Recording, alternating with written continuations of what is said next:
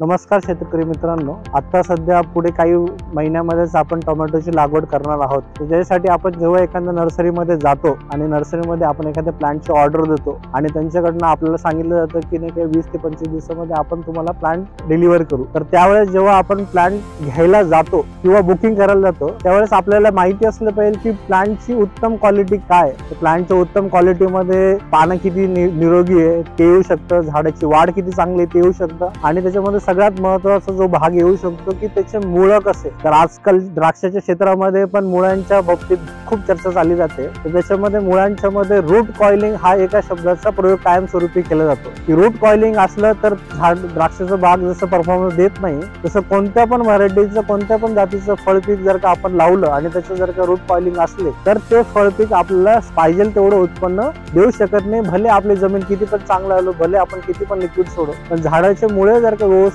नसले तर आपल्याला उत्पन्न कमी भेटू शकतं। त्यासाठी आम्ही आपल्यासाठी वेगवेगळ्या प्रकारचे ट्रे इथं घेऊन आलो आहोत की जे ट्रे मध्ये जर का आपण सॅपलिंग्स टाकल्या आणि त्याच्यातनं त्याला वाढवले आणि त्या सॅपलिंग्स आपण त्या पर्टिक्युलर ट्रे मधनं जर का लावल्या तर आपल्याला उत्पन्नामध्ये वाढीमध्ये आणि फळांच्या जे सेटिंग मध्ये त्याच्यामध्ये खूप मोठा फरक जाणू शकतो।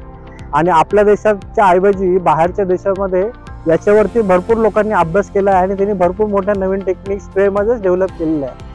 खूप मोठे प्रदर्शनही भरतात की ज्याच्यामध्ये ट्रेचे वेगवेगळे टाइप्स दाखवले जातात, वेगवेगळ्या प्रकारचे कॅव्हिटीज दाखवले जातात। तर त्याच्याविषयी आपण आज इथे चर्चा करणार आहोत।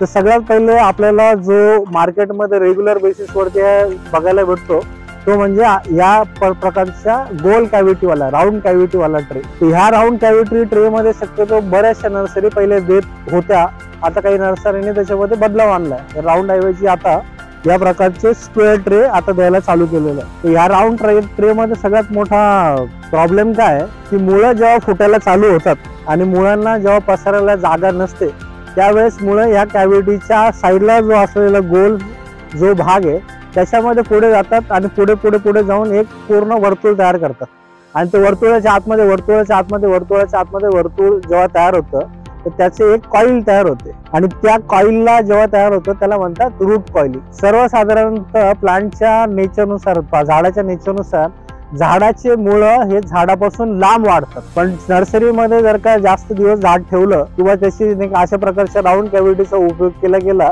तर झाडाचे मुळे हे झाडाच्या भोवतीच गुंडाळा करतात आणि त्याला म्हणतात रूट कॉइलिंग। आणि त्याच्यामुळे जेव्हा झाड आपण जेव्हा लावतो त्यावेळेस त्याला पूर्णपणे मुळं व्यवस्थित करण्यासाठी भरपूर दिवस लागतात। त्याच्यामुळे आपला जो लागवडीचा पिरियड आहे आणि आपले जे उत्पन्न घेण्याचे दिवस आहे त्याच्यामध्ये भरपूर अंतर जातं। आणि रूट कॉइलिंग असल्यामुळे काय होतं की झाडामध्ये न्यूट्रिएंट उचलण्याची शक्ती कमी होते आणि न्यूट्रिएंट उचलण्याची शक्ती कमी असल्यामुळे काय होतं की झाडावरती रोग जास्त येतात आणि आपण ते दिलेले सगळे न्यूट्रिएंट आहे किंवा आपण दिलेलं पाणी आहे हे झाडाला ओढताना आल्यामुळे झाडामध्ये कमकुवतता राहते आणि आपल्याला टनेजचं उत्पन्न खूप कमी भेटतं।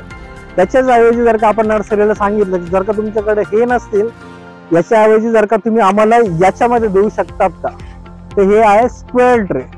त्याच्यामध्ये काय होतं की मूळ झाडाला जेव्हा मुळं फिरतात तर साईडला गेल्यानंतर त्याला लगेच गोल फिरायची जागा नसते। त्याच्यामुळे इथं काय असतं ना, या ट्रेवाल्यांनी इथं एक अशा 2 लाईन टाकलेल्या आहे। त्या 2 लाईनला जेव्हा ते रूट जाऊन टच होतं तर त्याच्या वेळेस ते तिथून खाली जातं आणि खाली झाल्यानंतर रूट झाडाच्या पासून दूर चाललेले असे वाटतात। पण याच्यामध्ये पण काय होतं जर का झाड जास्त दिवस ठेवलं तर त्याच्यामध्ये पण काय होण्याची शक्यता आहे की त्याच्यामध्ये पण रूट कॉइलिंग होण्याची शक्यता आहे।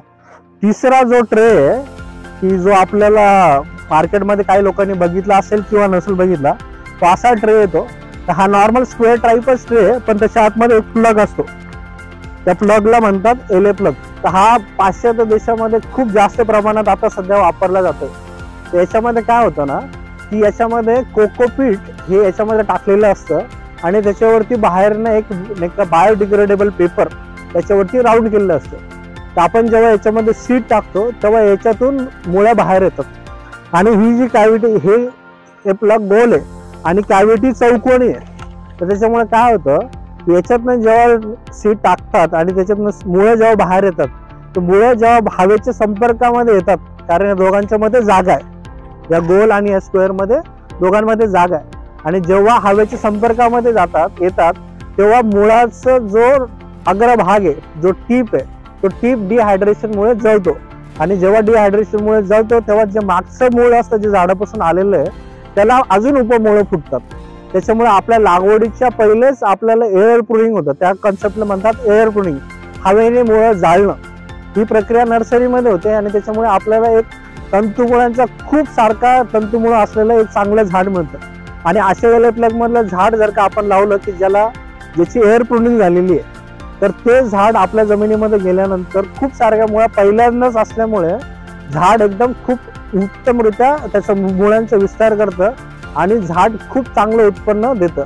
आपल्याला साधारणतः याच्यामध्ये प्लेन ट्रेमध्ये कोकोपीट टाकून जेवढं उत्पन्न मिळतं त्याच्यापेक्षा 20% जास्त उत्पन्न, जास्त निरोगी राहणारं झाड आपल्याला ह्या एले प्लग मध्ये मिळू शकतं.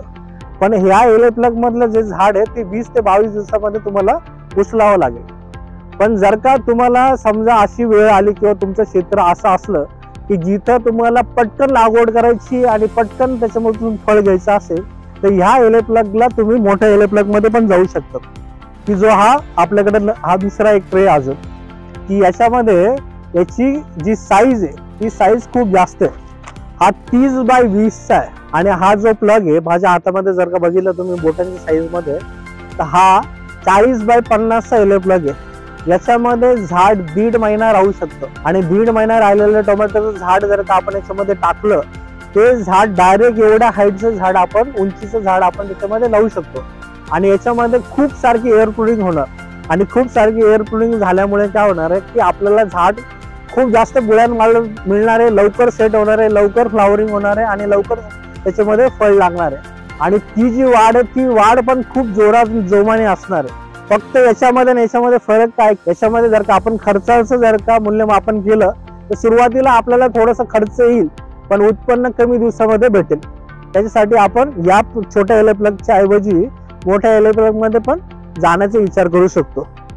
आणि ह्या एले प्लगचा जो ट्रे असतो त्या ट्रे मध्ये असे लाईन्स असतात आणि त्या लाईन्सच्या मुळे काय होतं की याला पण एअर प्रूनिंग होतं आणि एअर प्रूनिंग होऊन हा एकदम उत्तम क्वालिटीचा रूट झोन असलेला झाड आपल्याला देऊ शकतं.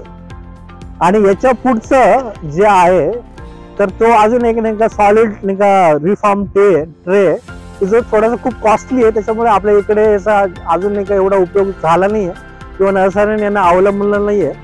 की ह्या ट्रे मध्ये नॅचरली असं इथे कट्स मारलेले हवा जाण्यासाठी आणि याच्यातून जेव्हा नाही का झाड याच्यामध्ये जेव्हा प्लांटेशन केलं जातं आणि मुळं जेव्हा याच्यातून बाहेर येतात तर हवेच्या संपर्कामध्ये ते जळले जातात आणि परत उपमुळं फुटतात आणि असं एक चांगलं एअर प्रूनिंगचं झाड याच्यामध्ये तयार होतं. याच्यामुळे पूर्ण नाही का ड्रेनेज चांगलं होतं, वॉटरिंग सायकल्स वाढतात, न्यूट्रिएंट चांगलं होतं, हवा चांगलं गेल्यामुळे ऑक्सिजन रूटला भेटतं, रूट निरोगी रूट तयार होतात आणि खूप सारखे व्हायटिश रूट असलेलं ट्रे देऊ शकतात. आणि ही चांगली एक उत्तम कॅव्हिटी आहे की जी आपण कधी विचार करू शकतो त्याच्यामधले प्लांट्स लावण्याच्या मध्ये.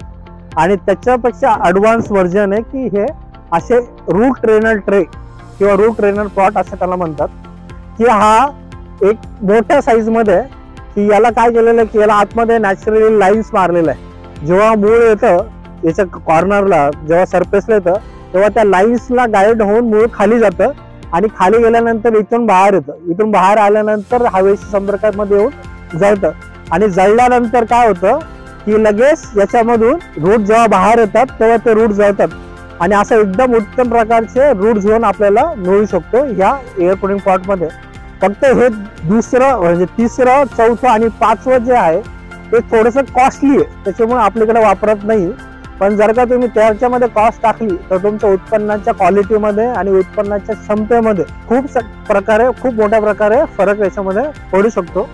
तर भविष्यामध्ये आम्ही याच्यामधले सगळ्या पॉट मधले जे नाही का प्लांटेड जे नाही का झाड आहे ते झाड आम्ही आपल्याला दाखवूया आणि प्रत्येकाच्या कम्पेअरने काय मीडिया चेंज केल्यानंतर, काय कॅव्हिटी चेंज केल्यानंतर, कसे ट्रे चेंज केल्यानंतर, एले प्लग वापरल्यानंतर, छोटे साईजचे एले प्लग वापरले, मोठे साईजचे एले प्लग वापरले तर त्याच्यामध्ये प्लांटेशन केल्यानंतर झाडाच्या रोगप्रतिकारक शक्ती, झाडाची फुटवे, झाडाच्या फुलांची संख्या आणि झाडाची जी सेटिंग आहे आणि झाडाचं जे टोटल आयुष्य देण्याचं त्याच्यामध्ये किती फरक पडू शकतो हे आम्ही आपल्याला पुढच्या ज्या क्लिप्स येतील त्याच्यामध्ये आपल्याला व्यवस्थितरित्या आपण तुम्हाला सांगू शकतो. धन्यवाद.